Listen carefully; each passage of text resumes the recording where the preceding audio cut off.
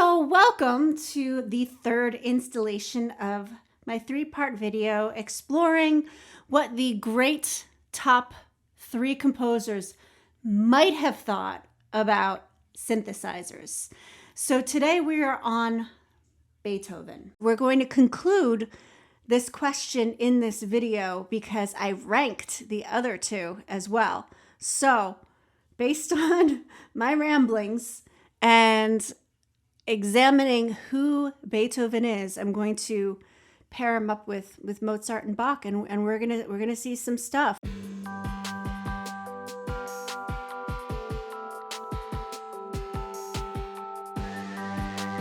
Beethoven was considered to be in the Romantic era, and the thing is that in the classical era, it was all about structure. It was all about, like, if you're going to go up a certain amount, you're going to come down that same amount. It's all going to be nice and even with a pretty bow on it. The rules for composing in the classical era were bonkers. They were like, you can only have a certain amount of notes. You can only have a certain amount. Like, the format that you had to follow when writing classical music was crazy. Beethoven was known for pushing boundaries, and he kind of steered away from musical convention. And through his innovations, I believe he was one of the spearheads to really push classical music, the genre, not the era, into the next phase, which was the Romantic era.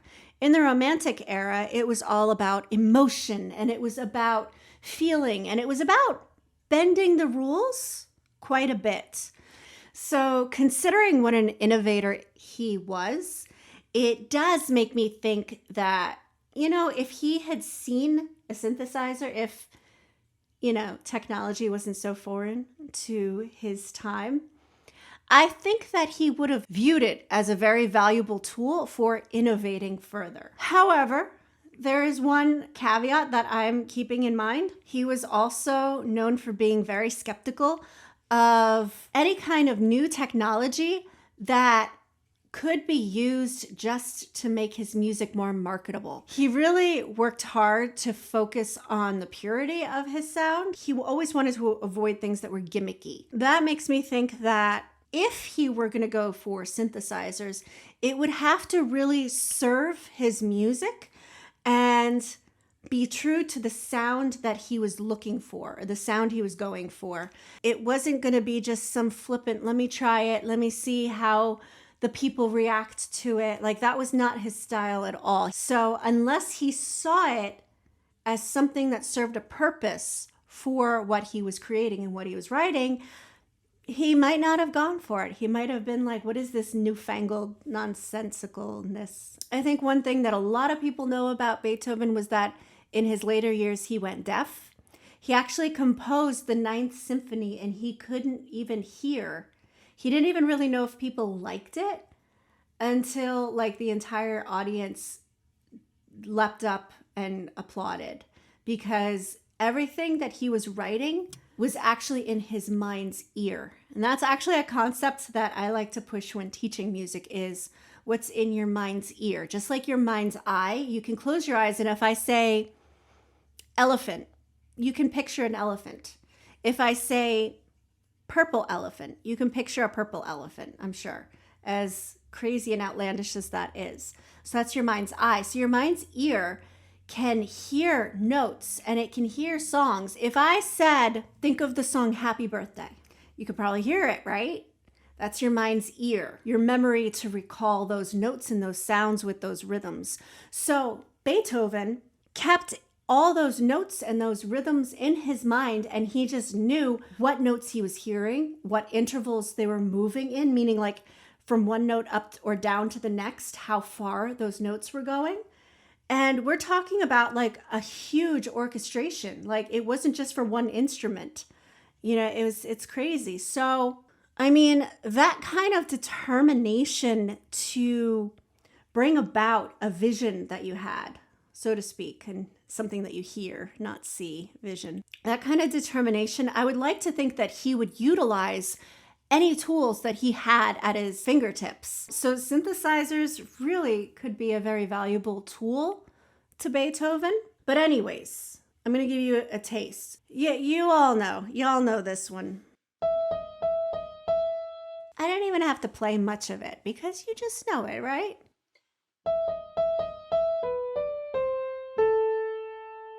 No, I am not going to play it. I can play it, but here's a fun little story. My dad used to work at a music store, kind of as an independent contractor. He'd get a call from the owner, and the owner would be like, hey, I have this amplifier or this keyboard or this synthesizer. I need you to come in and enhance it. Explanation. My dad was an electrician and he was a musician.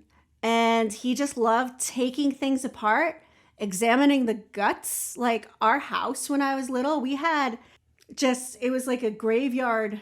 Well, not a graveyard because they were going to come back, but he was like a mad scientist, and he would just take things apart, put them back together, and make them better, basically. He was often commissioned to go into this music store and enhance stuff. So I would always go with him. While I was waiting, I would often hear people warming up, waiting for their lessons, and I would always hear this one. And that, to me, was just like, I was always so confused. Why does everybody learn this song? Everybody learns this song. This song, to me, for if like pop music and rock music is your thing, if you've heard this joke from people that teach music or work at a music store, this song for me was kind of like Smoke on the Water. Every guitar student wants to learn Smoke on the Water or Freebird or Sweet Child of Mine, Stairway to Heaven. I don't know. I could go on.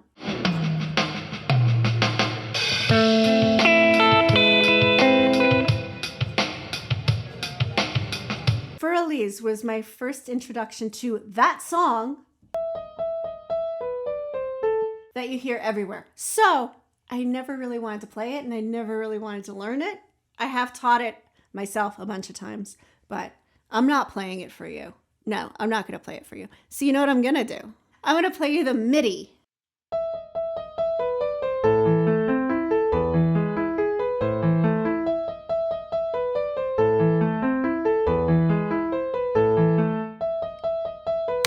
So I'm going to find a fun synth sound. I'm going to go with lead because I want a good synthy sound.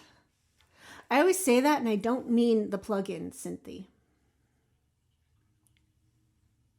Ooh.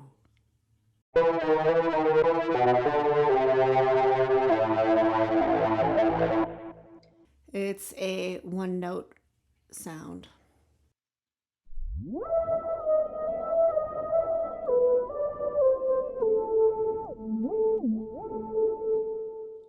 Super cool, also a one-note sound.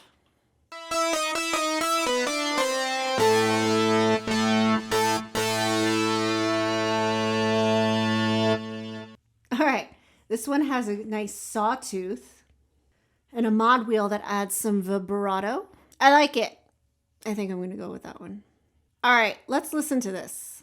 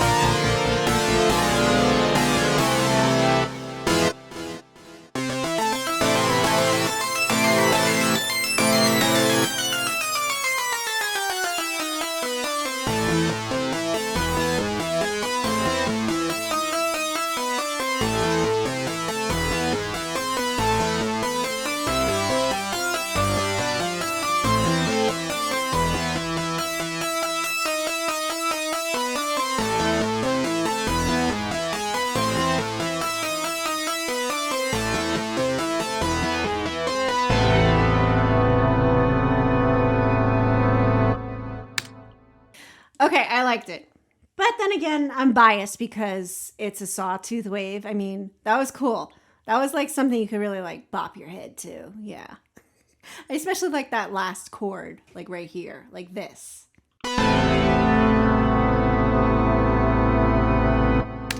And because I haven't done any mixing or mastering to this track, it just cuts off like that. All right, so his music works. I actually didn't think that I was going to think that his music would work with a synthesizer. I don't know why. I just wasn't feeling it. Considering how his music works with synthesizers, and after picking apart different pieces of his character and who he was as a composer, I think I have an answer. And I'm actually kind of surprised because, you know, as much as I love synthesizers and innovation and composition and music, and as much as I love Mozart, I thought I was going to rank him the highest.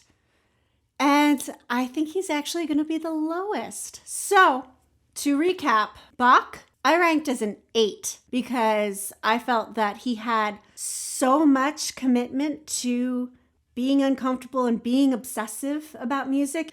Mozart, I was disappointed when I realized that I was going through his letters, and I realized how opinionated he was. Similar to Beethoven, you know, maybe if something served a purpose, he would have leaned into it, but he was so opinionated about just music and compositions and arrangements. You know, when you're talented like that, you have a right to be, but at the same time, I feel like he wouldn't be open to it.